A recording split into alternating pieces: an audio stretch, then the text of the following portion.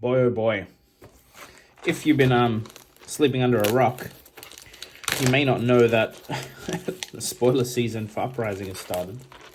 I don't think anybody expected it this early, but looks like we're going to Volcor, and it looks like Iyslander is the star of the show.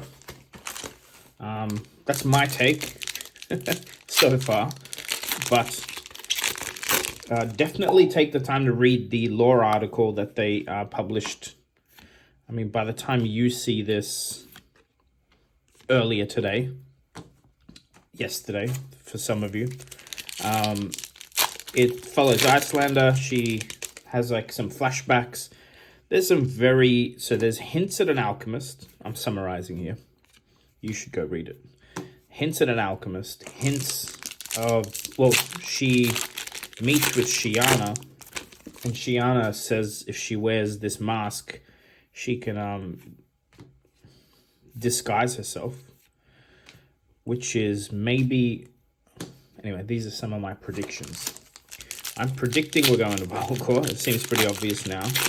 I'm predicting we're going to get a shapeshifter helmet mask that might let you take on an element or something along those lines, which I've been sort of saying to my friends in real life for a while would be cool as a mechanic.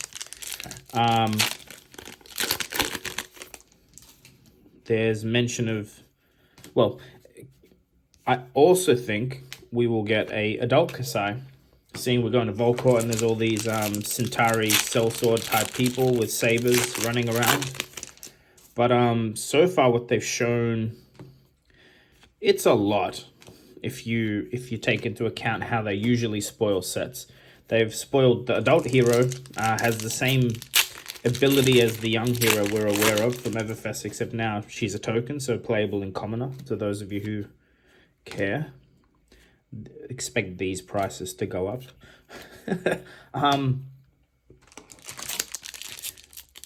Adult version and young version have new art, but they also revealed some of the majestics. None of the specializations, which is kind of cool. But the two majestics are absolutely amazing. One is, and I'm speaking off the cuff here, please go check out the article. One is channel spell that stops heroes from revealing. It stops them from drawing cards from effects as well. Revealing, drawing cards. I can't remember what else it does. But it's basically like Channel Lake Frigid, except it stops reveals and it stops card draws, which is kind of busted, depending on the matchup. But remembering this is an adult Iyslander, that's kind of busted against Starvo. Busted against Guardian in general. You know, stops Crown of Seeds working, for instance. Well, it doesn't stop you from doing the Crown of Seeds thing, it stops you from drawing from it, which makes it a very costly exercise to activate. The other one is Encase, and Encase has the text of a new mechanic called Freeze. Man, some of these Frost cards you're going to be... I mean, not this particular one, but some Frost cards are going to skyrocket in value. I believe Iyslander will be very competitive. Kano's a bit too easy to kill. Iyslander, if built defensively, is nearly as hard as Oldhim to kill, because she can really disrupt and slow you down. But Encase has a new mechanic called Freeze, which basically freezes equipment and the hero. So I believe it stops, and I'm again off the cuff here. I believe it's... Ooh, Runaways, Cold Foil. I believe it stops... If it does, it'd be sick. I believe it might just stop even you from using Arcane Barrier. Now, Encase is a 0-cost red that deals 3 Arcane. Just that alone, 0-cost red that deals 3 is nuts, because it's Arcane damage. And then if it hits, freezes. And it freezes the target, hero, and it seems like it also freezes equipment. Now, I don't know if that means that hero has to take time off, like they can't play. I don't think so. I think it just stops their equipment and hero activations, which, as you know, is quite powerful. It's quite, you know, On certain heroes, they won't be able to gain go again. They won't be able to do their thing, which is, you know, extremely punishing. We go Voltaire. And the last card is a weird one. It's a 3 damage arcane spell, but it says to any target. It doesn't say target hero, so people are speculating as to whether that means can you suddenly target frozen weapons or frozen armor. Whatever they do is going to be sick. It's very exciting. I won't lie, I was much more hoping for a Shadowed Light set. I was hoping for Monarch 2. I still kind of am. I think if they put in Elemental doesn't mean they can't go Shadow as well. Remembering the lore so far and Volcor, wouldn't be weird to have Shadow and Light. Although at this point, I don't think they're going to go Ice, Light, and Shadow. Although, for all we know, they put 6 heroes in this set. Like, we don't know. We have no idea what they're going to do. All in all, it's very exciting. It's a good hit. Stinger Sorcery. Foil. But yeah, very, very exciting stuff. It actually also looks to be quite a strong counter for Starvo, or at least the meta at the moment. A hero like Iyslander is very taxing for aggro decks. Her, you know, one card they've revealed already shows that you can potentially neuter Starvo. Remembering you can play it as an instant, so you can neuter Starvo potentially up to 3 turns in a row from not revealing, which I think if you understand Starvo, and I think I'm correct in saying, if you manage to pull off a channel, the new channel, sorry, I rushed to make the video and don't have the notes up, but if you get this new channel spell off against Starvo, I'm going to open this last box of Aria. This is the case we opened that had, it had a Crown of Seeds in it, so I'm going to open this last box. I think if you pull that off against Starvo, I'm pretty sure Starvo becomes quite weak, and that's not taken into account. If you play that as an instant on their turn, it creates a Frostbite. It's not taken into account all the other disruptive mechanics that Iyslander already has and new ones that they might reveal. So really pumped, really excited. Again, slight disappointment if there's no Shadow Light stuff in this. I think Bolton and Levia could really use support. Also, Chain is not exactly at the top of the meta right now. And Prism hasn't had support in a while. You could argue that Everfest gave her some, but really only against Guardians. So she's only popular now because of what she can do to Guardians. If that changes, I don't believe she'll be top of the meta at all. But hey, I'm a scrub. I don't know what I'm talking about. Let me know below, though, what your takes are. By the time you see this video, actually, since it'll be tomorrow, there might be a whole bunch of new spoilers, because they've put in today's, but then they've put in the next few days have some stuff coming as well. Very, very exciting stuff.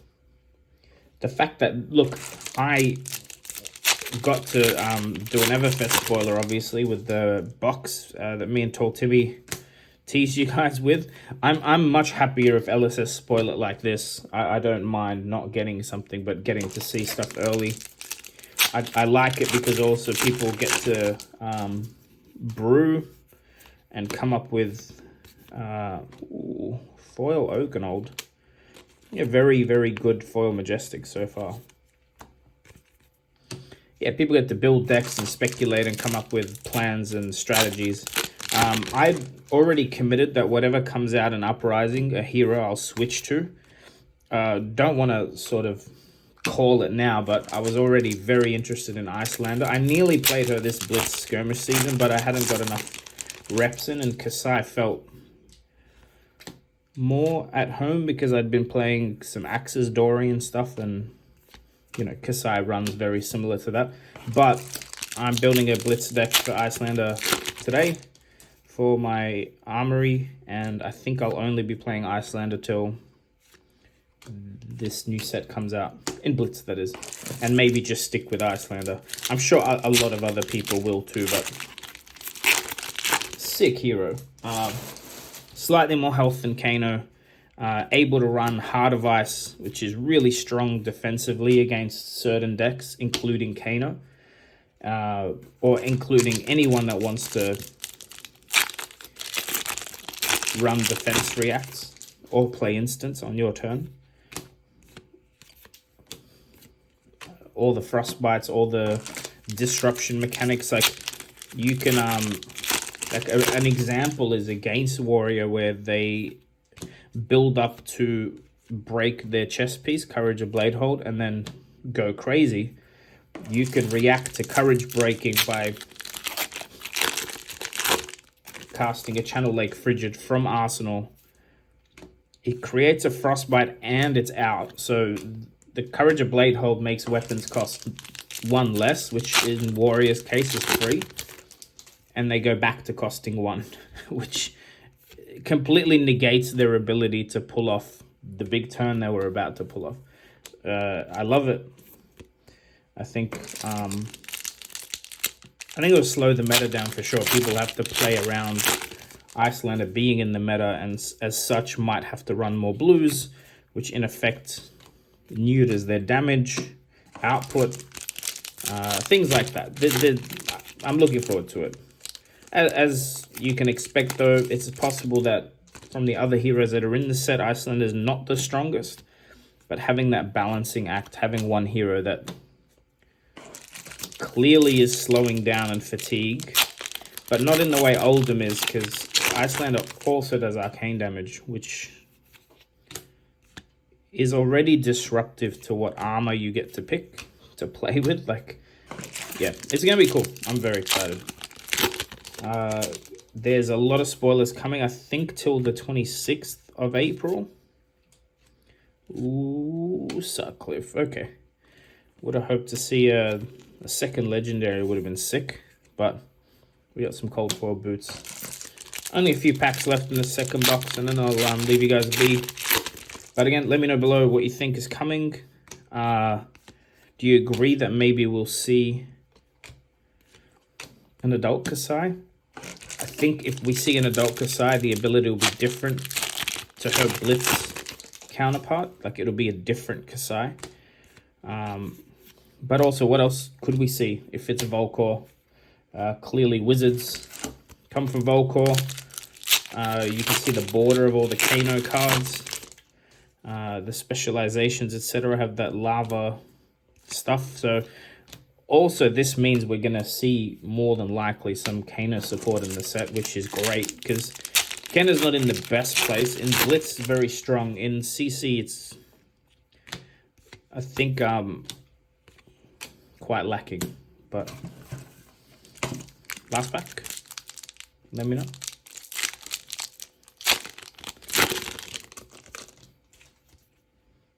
All right, Sigil and nothing. Not a bad couple of boxes. Sting and Oakenold are very sought after Majestics and foil, I believe. And we didn't do too bad with the regular Majestics. All right, guys, I'm gonna go. I gotta get ready to head to this armory. But again, let me know what you think, and talk to you soon.